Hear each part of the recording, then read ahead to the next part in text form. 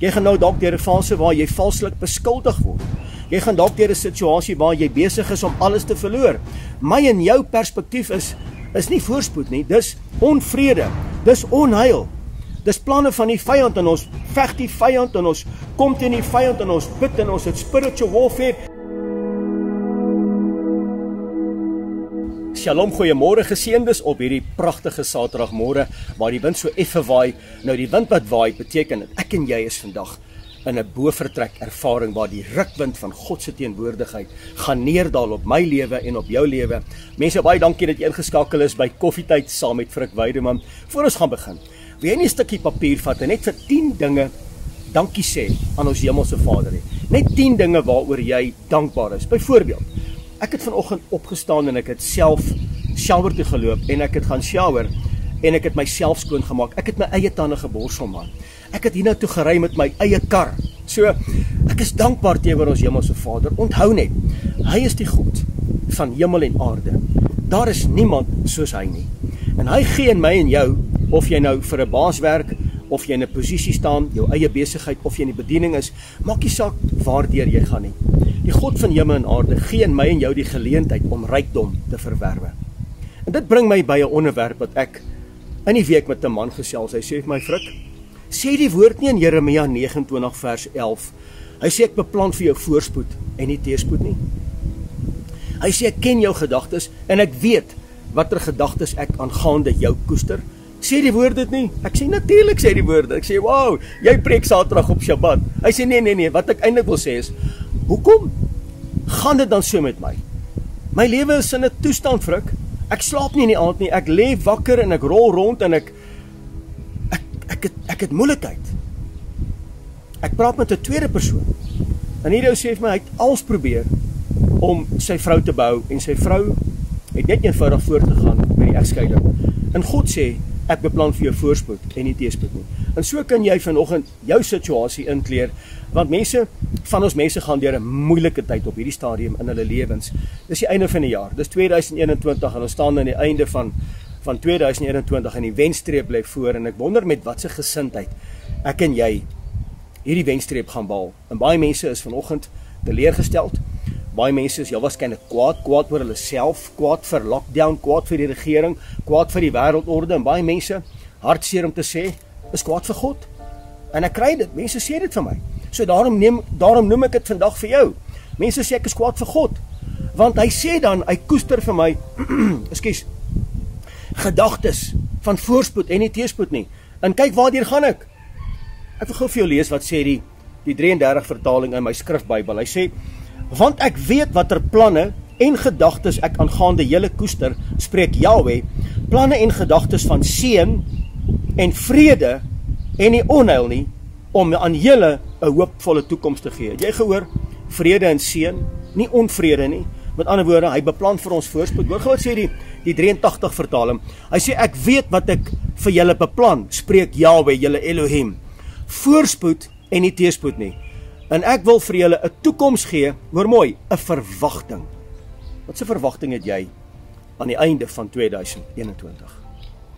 En toe ek hierdie goed lees, toe besef ek dat baie mense meet hulle voorspoed, hulle geloof aan die hand van God.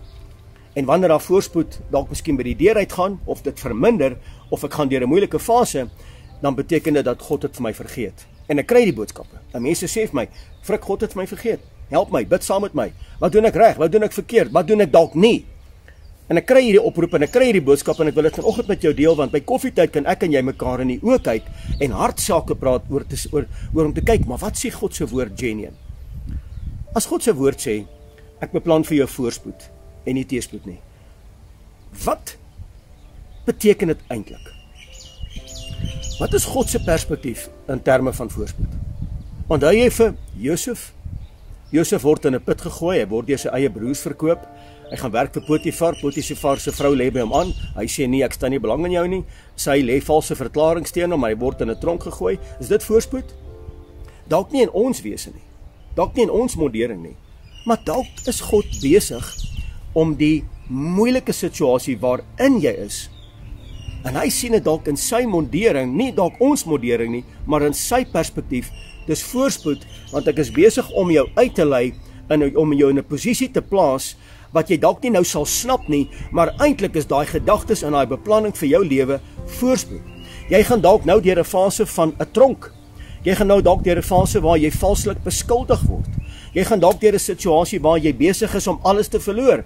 My en jou perspektief is nie voorspoed nie, dis onvrede, dis onheil.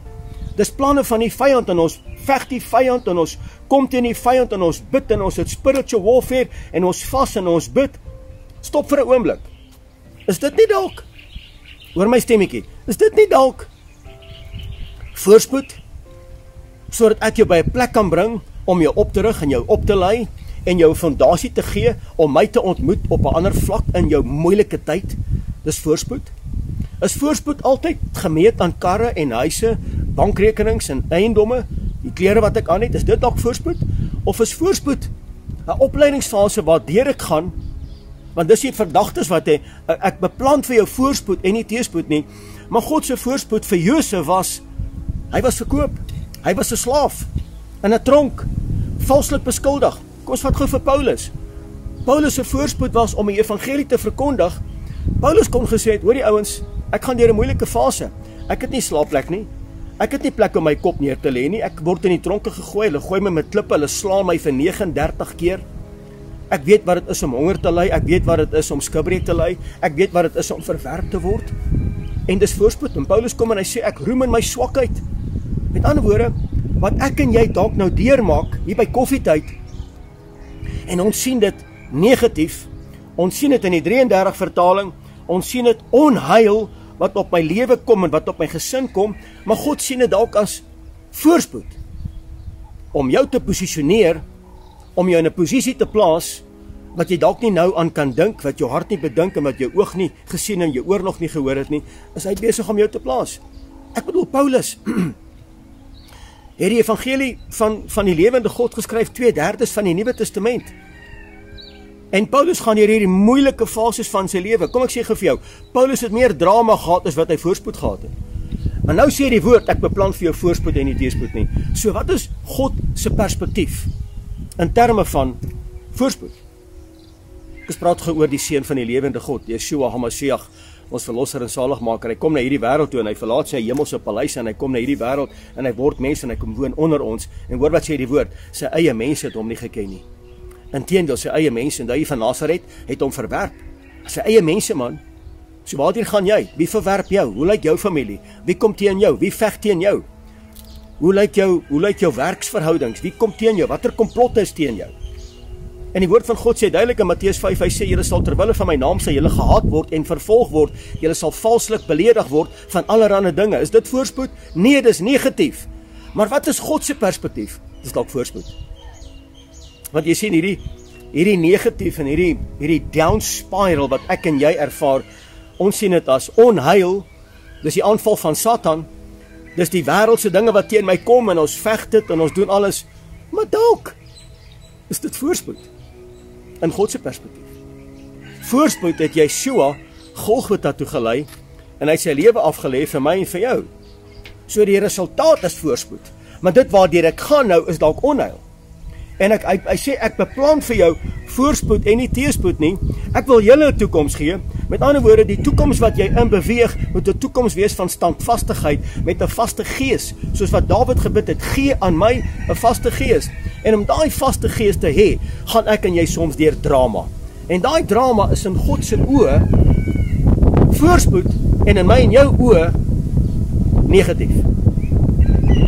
So pas op wat ons sien as voorspoed. En as jy hierdie gebed bid, Vader, U ken die gedagtes aangaande my is bekend by U. Hy sê, ek koester vir julle 'n verwagting. Hy sê hierso, my gedagtes vir julle is seën en vrede en nie onheil nie.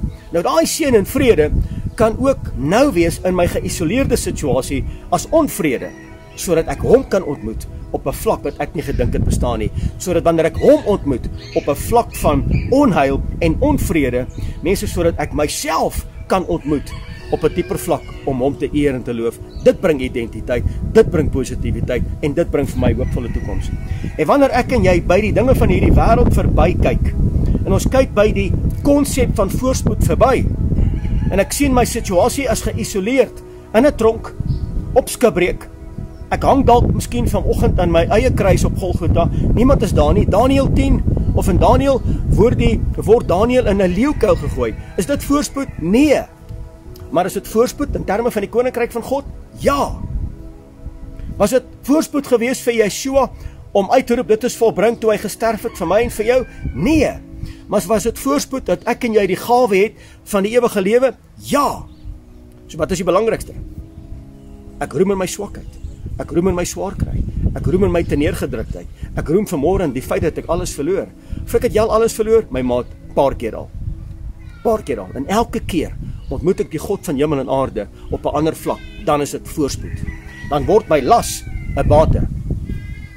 As ek en jy daai gesindheid openbaar, dat dit nie altyd met ons moet goed gaan nie. Hoor wat sê die woord. Hy sê in vers 12: Dan sal julle my aanroep en heen gaan en tot my bid en ek sal luister. Sê gou vir my. 'n Ou wat 10 miljoen rand in sy bankrekening het en hy ry 'n Ferrari en hy het die smartste klere en hy het 'n pragtige besigheid en elke maand maak hy targets en dit gaan goed en jy werk by 'n baas en jy kry bevordering. Dit gaan goed, jou koskaste is vol, jou yskaste is vol. Dit gaan great met jou. Gaan jy die God van hemel en aarde aanroep? Nou gaan almal wat godsdienstig is my sê, ja frik, ons doen dit. Man, kom ek en jy kyk mekaar in die oë vanmôre. Nee, ons doen dit nie. Want hoekom het ek hom nodig? Want alles gaan dan so goed. Hoekom sê hy dan in vers 12? Hy sê, dan sal julle my aanroep en heen gaan en tot my bid en ek sal na julle luister. As dit dan so great gaan met jou. Wie wanneer roep ons God aan? Wie wanneer maak ons geloftes aan hom? Wie wanneer maak ons beloftes wat ons nie nakom nie, wanneer ons in 'n hoek gedryf is? Wanneer ons geen uitkoms het nie, dan sê ons, Vader, help my! Ek sien nie meer kans nie. Dis voorspoed. Weet jy hoekom? Ek en jy ontmoet hom. Dan roep ek hom aan. Dan luister hy. Mense, hierdie is 'n ander kinkel in die kabel, man. Hoor gou hierso. Vers 13. Dan sal julle my soek en my vind as julle na my vra met julle hele hart. Wanneer doen ons dit? Wanneer ek en jy in 'n moeilike situasie is. So die situasie waarin jy nou is vanoggend by koffietyd, moet jy nie sien as 'n down spiral. God antwoord nie my gebede nie. Hy kom nie deur vir my nie. Hy sien my nie meer raak nie. Die woord van God sê hy beplan my voorspoed en nie teëspoed nie. Dis 'n klomp leuns, man. Moenie dit sê nie. Nou is mense kwaad vir God want God kom nie deur vir hulle nie. Nee. Hierdie is voorspoed. Mense, in my donkerste tye van my lewe, in my moeilikste tye, as ek terugkyk op my lewe, dan kom ek agter dit was eintlik voorspoed geweest. Op daai stadium het ek nie so gedink nie. Op daai stadium het ek uitgeroep na die lewende God. Vader, help my, kom deur vir my. Vers 14. Hy sê en ek sal my deur julle laat vind. Wanneer is jy ernstig met jou gebedslewe? Wanneer dit taaf gaan. Wanneer jy besig is om alles te verloor. Wanneer jy staan voor 'n egskeiding, wanneer jy staan voor bankrotskap, wanneer jy staan om jou werk te verloor, wanneer jy staan met die nuus wat jy gekry het by 'n dokter om te sê jy's besig om te sterwe. Jy het 'n kroniese siekte of jy het 'n situasie wat jou lewe verkort. Dan roep ek die lewende God aan. Nie wanneer ek voorspoed het en wanneer dit great gaan en ek is gesond en ek hardloop kilometers in die môre en ek is on top of the world nie. Moenie my dit vertel nie. Hoor gou hierso. En ek sal julle deur my laat vind, spreek die lewende God. Julle lot sal verander. Ek sal julle versamel. Dit wat verstrooid was, sal ek weer saamkom. En ek sal julle weer terugbring na die plek waar ek julle in ballingskap weggevoer het. Kom ek en jy besluit vandag. Maak nie saak waardeur jy gaan, of dit goed gaan en of dit sleg gaan. Skryf daai 10 dinge deur en sê Vader, dankie. Dankie dat U God is van hemel en aarde. Daar is niemand soos U nie. U is my Vader. U is my beskerming. U is my rots. Na U toe hardloop ek. Of dit goed gaan of dit sleg gaan. God het 'n plan vir my en vir jou lewe. En die beplanning vandag is dat hy beplan vir jou voorspoed en nie teëspoed nie. En daardie voorspoed is dalk nie wat ek en jy nou ervaar nie, maar die resultaat daarvan is voorspoed in sy teenwoordigheid. Mense, baie dankie. Dankie vir koffietyd. Dankie dat jy ingeskakel is. Sonder jou is koffietyd nie moontlik nie. Maar met jou kom ek en jy in die liggaam van Christus, die gesalfde een, die Messias, waarvan hy die hoof is.